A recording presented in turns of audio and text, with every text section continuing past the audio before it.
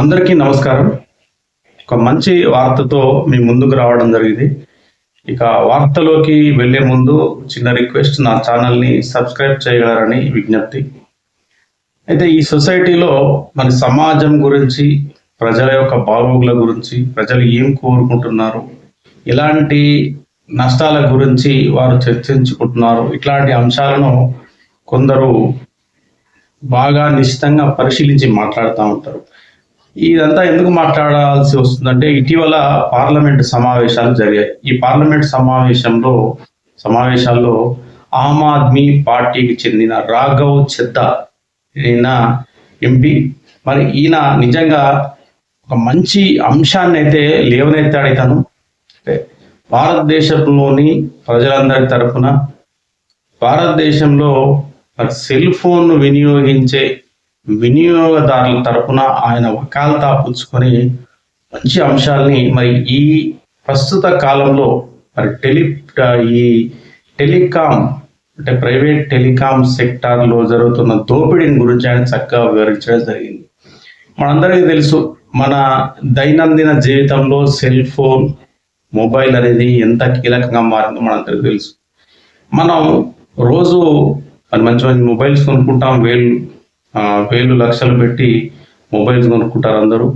అవి వాడుకుంటూ వెళ్తారు, నెలవారీ రీఛార్జీలు చేసుకుంటూ ఉంటారు, డేటా ప్యాకులు రీఛార్జీలు చేసుకుంటూ ఉంటారు, మంచిగా ఎంజాయ్ చేస్తూ ఉంటారు. అంటే నిత్యావసర వస్తువు అని చెప్పాలి ఇక్కడ మొబైల్. కానీ మన ప్రైవేట్ టెలికాం వ్యవస్థలు చేస్తున్న దోపిడీ గురించి మాత్రం ఎవరు ఆలోచించట్లేదు. సరే, రీఛార్జ్ చేసుకునే టైంలో కావచ్చు, డేటాను వినియోగించే సందర్భంలో కావచ్చు, కొన్ని సందర్భాల్లో ఈ ప్రైవేట్ నెట్వర్క్ల పైన కొంత అసహనం వ్యక్తం చేస్తారు. ఇక విషయం ఏంటంటే, రాఘవ్ చెద్దా ఏ అంశాన్ని లేవనెత్తాడో పార్లమెంట్లో అంటే, మనం ఏదైనా నెట్వర్క్ కావచ్చు, ప్రైవేట్ నెట్వర్క్, అది విఐ కావచ్చు, ఎయిర్టెల్ కావచ్చు, లేదంటే జియో కావచ్చు, వోడాఫోన్ కావచ్చు, ఏదైనా కావచ్చు, ఐడియా, మనం వాడుతుంటాము. మనం నెలవారీ రీఛార్జ్ చేసుకుంటాం. నెలవారీ రీఛార్జ్ చేసుకున్నప్పుడు వాళ్ళు మనకు ఎన్ని రోజులకు ఈ రీఛార్జ్ ప్లాన్ గడువు ఉండేలా ఇస్తారంటే 28 రోజులు మాత్రమే మనకు ఆ రీఛార్జ్ ప్లాన్ అనేది అందుబాటులో ఉంటుంది. ఇక్కడ మనం ఆలోచిస్తే, మన నెలకి ఎన్ని రోజులు ఉంటాయి? నెలకు 30 రోజులు లేదా 31 దినాలు మనకు ఉంటాయి. కానీ వీళ్ళు 28 రోజులు మాత్రమే ఇస్తున్నారు. అంటే ఇట్లా ఇవ్వడం ద్వారా, అంటే కంపెనీ ప్లాన్స్ ఇవన్నీ ఇలా ఇవ్వడం ద్వారా, ఇట్లా మనం సంవత్సరానికి 12 సార్లు, అంటే సంవత్సరానికి 12 నెలలు 12 సార్లు రీఛార్జ్ చేసుకోవాల్సి వస్తుంది. కానీ 28 రోజులు ఈ కంపెనీలు మనకు ఇవ్వడం ద్వారా, అంటే మనం ఏదైనా ఒక రీఛార్జ్ ప్యాక్, నాది జియో రీఛార్జ్ చేసుకున్నప్పుడు నాకు ఓన్లీ 28 డేస్ మాత్రమే వస్తుంది, 30 డేస్ 31 డేస్ రాదు. ఇలా కంపెనీలు ఇలా స్ట్రాటజీ ప్లే చేయడం వల్ల మనం సంవత్సరానికి 13 సార్లు రీఛార్జ్ చేసుకోవాల్సిన పరిస్థితి. అంటే అదనంగా మనం ప్రతి వినియోగదారు కూడా ఇక్కడ నష్టపోతున్నాడు అనే అంశాన్ని లేవనెత్తాడు.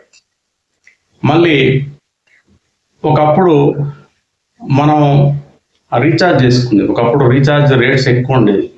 ఒక్కో సందర్భంలో మనం రీఛార్జ్ చేసుకునే వాళ్ళం కాదు. అలాంటి సందర్భంలో మనకు అవుట్ గోయింగ్ వెళ్ళకపోయేది, కానీ ఇన్కమింగ్ కాల్స్ వచ్చేవి, ఎస్ఎంఎస్లు అవన్నీ వచ్చేవి. కానీ ఇప్పుడు ప్రస్తుతం ఏవైతే మరి టెలికాం సంస్థలు చాలా దారుణంగా వ్యవహరిస్తున్నాయి. అంటే మనం ఒకవేళ రీఛార్జ్ చేసుకోకపోతే ఇమ్మీడియట్లీ ఆ డే నుండి మనకు అవుట్ గోయింగ్ ఉండదు, ఇన్కమింగ్ కాల్స్ రావు. అదేవిధంగా ఈ ఎస్ఎంఎస్లు కూడా మనం పంపడానికి ఉండదు, మనకు వచ్చే ఇన్కమింగ్ ఎస్ఎంఎస్లు కూడా రావు. మరి ఇలా వ్యవహరిస్తున్నాయి. అదేవిధంగా మరొక ఇక్కడ ఏంటంటే, ఇక్కడ రాఘవ్ చెద్దా కూడా ఉటంకించిన అంశం ఏంటంటే, ఈ ఇన్కమింగ్ కాల్స్ కూడా ఒక సంవత్సరం పాటు ప్రతి వినియోగదారునికి ఉచితంగా కల్పించాలని చెప్పేసి ఆయన కోరడం జరిగింది. అంటే నా ఉద్దేశం కూడా అదే.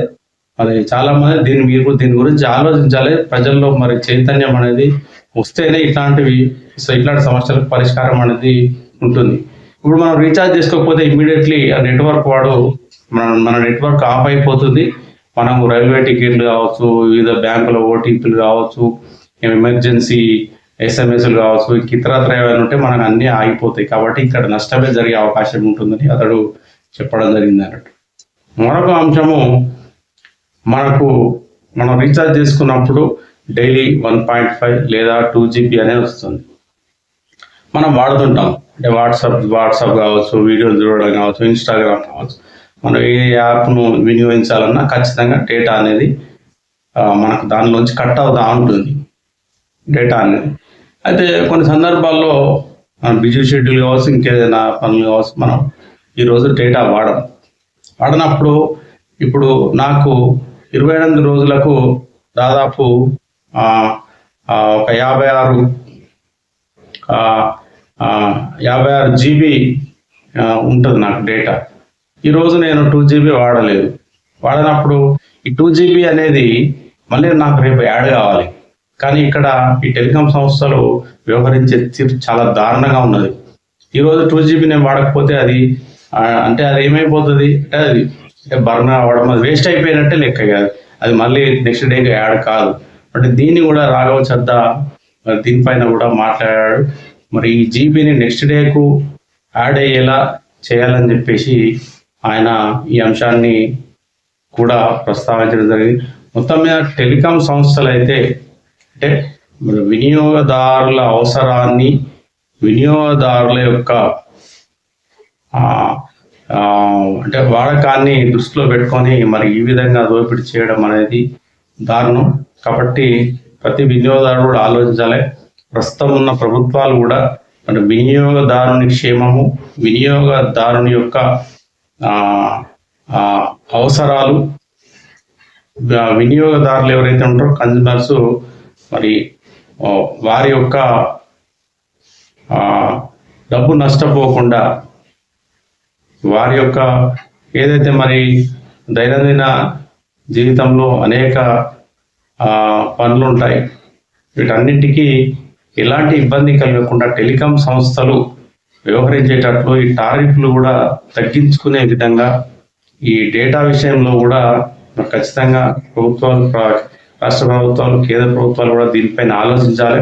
ఎందుకంటే ఈ విషయాన్ని నేను కూడా చాలాసార్లు ఆలోచించాను, కానీ మరి ఆమ్ ఆద్మీ పార్టీ ఎంపీ మాట్లాడిన తర్వాత ఆ న్యూస్లు అనేటివి సోషల్ మీడియాలో చూసిన తర్వాత కూడా నేను ఈ దేశంలో పౌరుని కాబట్టి నేను కూడా మొబైల్ వాడుతున్నాను, నేను కూడా ప్రైవేటు టెలికాం వ్యవస్థ ఒక సిమ్ కార్డు కూడా వాడుతున్నాను కాబట్టి నేను కూడా బాధితున్నాయి కాబట్టి ఖచ్చితంగా దీన్ని వీడియో చేయాలనుకున్నాను. ప్రతి ఒక్కరు ఆలోచించాలి. ప్రభుత్వాలు, పార్టీలు దీనిపైన దృష్టి పెట్టి ప్రజలకు ఆమోదయోగ్యమైన టారిఫ్లు కావచ్చు, టెలికాం వ్యవస్థలు తీసుకుంటున్న నిర్ణయాల గురించి ఖచ్చితంగా ఆలోచించాల్సిన అవసరం ఎంతైనా ఉందని నా యొక్క అభిప్రాయం.